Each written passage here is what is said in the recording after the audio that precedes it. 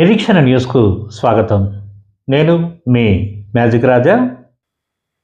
జేబీసీసీఐలో 12వ వేతన ఒప్పందంపై కార్యాచరణ వెంటనే ప్రారంభించాలని, కార్మిక వ్యతిరేక 4 లేబర్ కోడ్లను రద్దు చేయాలని డిమాండ్ చేస్తూ జాతీయ కార్మిక సంఘాల జేఏసీ పోరాటాలకు సిద్ధమైంది. గోదావరిఖనిలో నిర్వహించిన మీడియా సమావేశంలో ఏఐటీయూసీ, ఐఎన్టీయూసీ, సిఐటియు, హెచ్ఎంఎస్ నాయకులు ఈ విషయాన్ని వెల్లడించారు.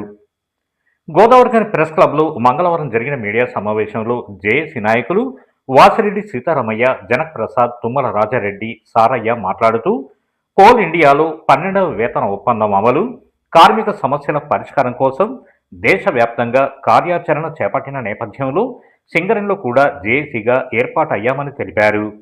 జూలై 1న కొత్తగూడెం కార్పొరేట్ కార్యాలయం ముందు ధర్నా నిర్వహించనున్నట్లు ప్రకటించారు.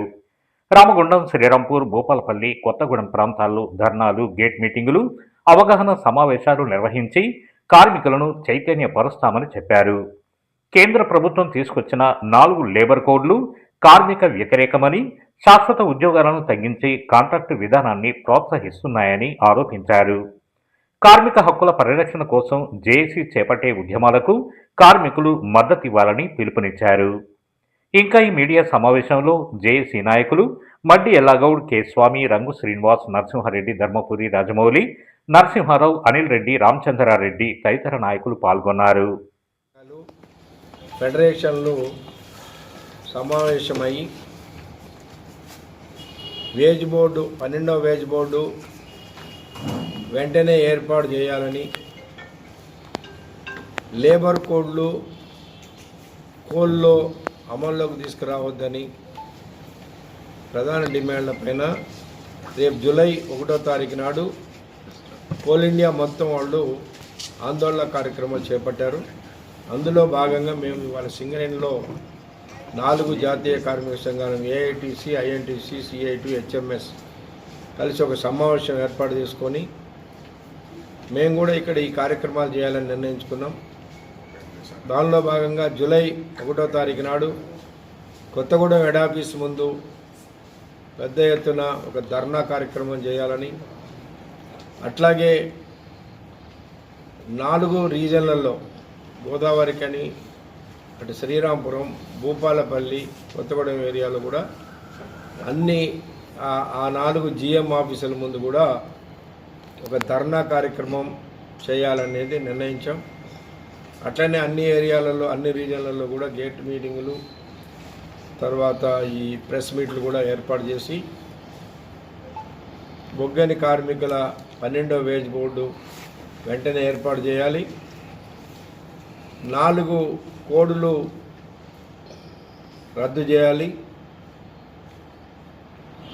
మేము సింగరేణిలో కూడా సింగరేణి సంస్థని రక్షించాలనే దాని కొరకు కూడా ఇక్కడ సింగరేణిలో కూడా ఈ డిమాండ్ పెట్టుకొని కార్యక్రమాలు తీసుకుంటున్నాం.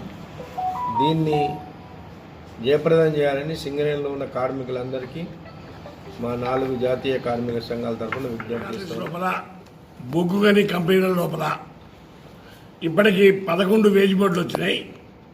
12వ వేజ్ బోర్డు విషయంలో భారత ప్రభుత్వం వేజ్ బోర్డులే తీసేయాలనే కుట్ర చేస్తున్న టైం లోపల దేశంలో ఉన్నటువంటి 4 జాతీయ కార్మిక సంఘాలు ఇమీడియట్గా వేజ్ బోర్డు కమిటీని ఏర్పాటు చేయాలని ఉద్యమం స్టార్ట్ చేసినాయి. దీనికి ప్రధానమైన కారణం ఏంటంటే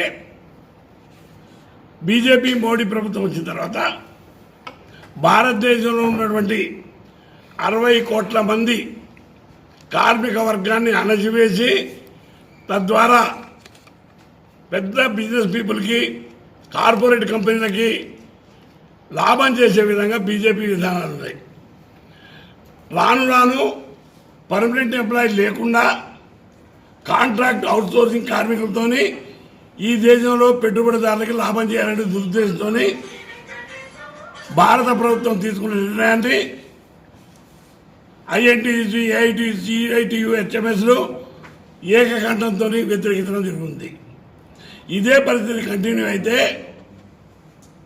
గతంలో ఇంగ్లీష్ వాళ్ళు మన దగ్గర ఏదైతే వలస విధానాన్ని అవలంబించిందో ఇవాళ కూడా భారత ప్రభుత్వం ఈ కార్మిక లోకాన్ని, రైతుల్ని అణగదొక్కి సామ్రాజ్యవాద దేశమైనటువంటి అమెరికాకి ఊడిగం చేసేటువంటి పరిస్థితి కాబట్టి దానికి వ్యతిరేకంగా ఇప్పుడు మా ఏఐటీసీ నాయకుడు చెప్పినట్టు ఈ కార్యక్రమాల సింగల్ అమృతపరుతాం.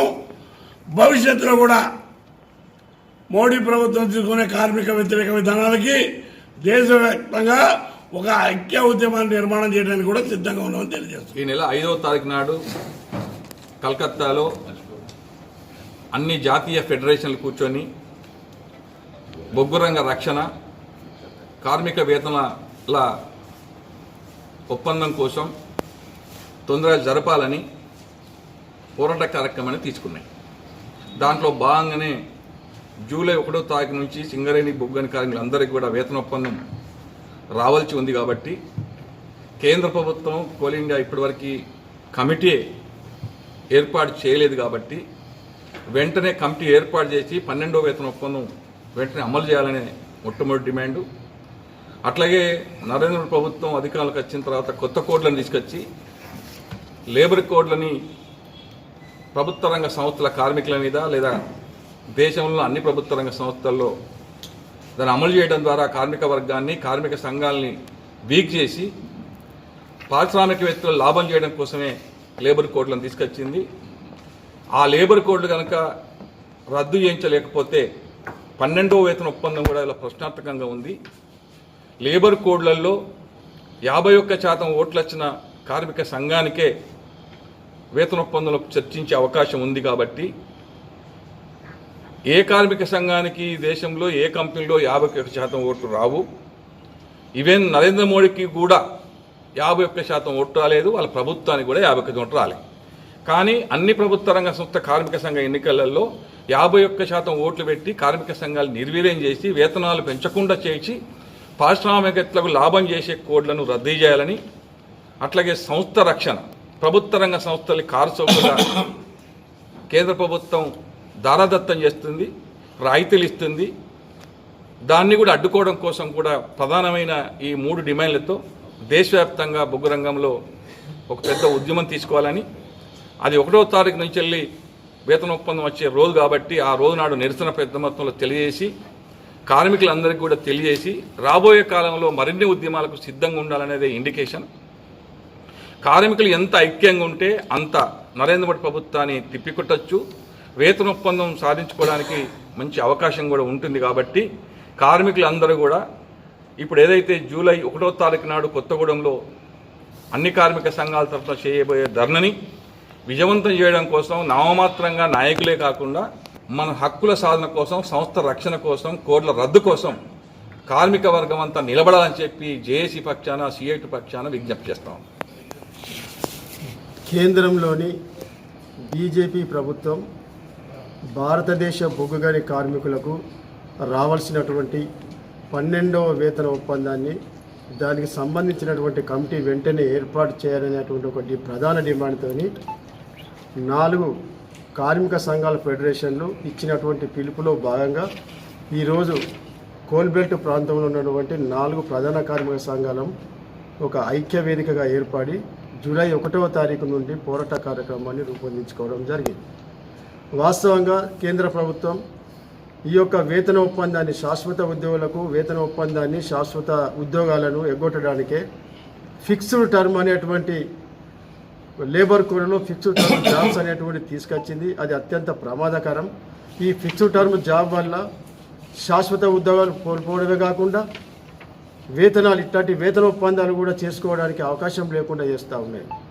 కేవలం 2 సంవత్సరాలు 3 సంవత్సరాలు అని చెప్పేసి ఫిక్స్డ్ టర్మ్లో ఆ యొక్క అపాయింట్మెంట్ లెటర్లో పొందుపరిచి 2-3 సంవత్సరాలు అయిన తర్వాత ఒక 25 సంవత్సరాల నుండి 35 సంవత్సరాల లోపు యువకులను ఒక 4-5 సంవత్సరాలు వాడుకొని వారికి కనీస వేతనాలు కూడా చెల్లించకుండా వేజాన్ కోడ్ ద్వారా వారి కాంట్రాక్టర్లకు ఏదైతే అవకాశం ఉంటుందో ఆ వేతనాలు మాత్రమే చెల్లించి చేతులు దులుపుకొని వాళ్ళందరినీ కూడా బయటకు పంపేటువంటి కుట్ర ఉంది. దీని ద్వారా ఏమవుతుందంటే శాశ్వత ఉద్యోగాలు తగ్గిపోవడం, ఫలితంగా వేతన ఒప్పందాలు నిర్వహించకుండా ఉండేటువంటి ప్రమాదం ఉన్నది.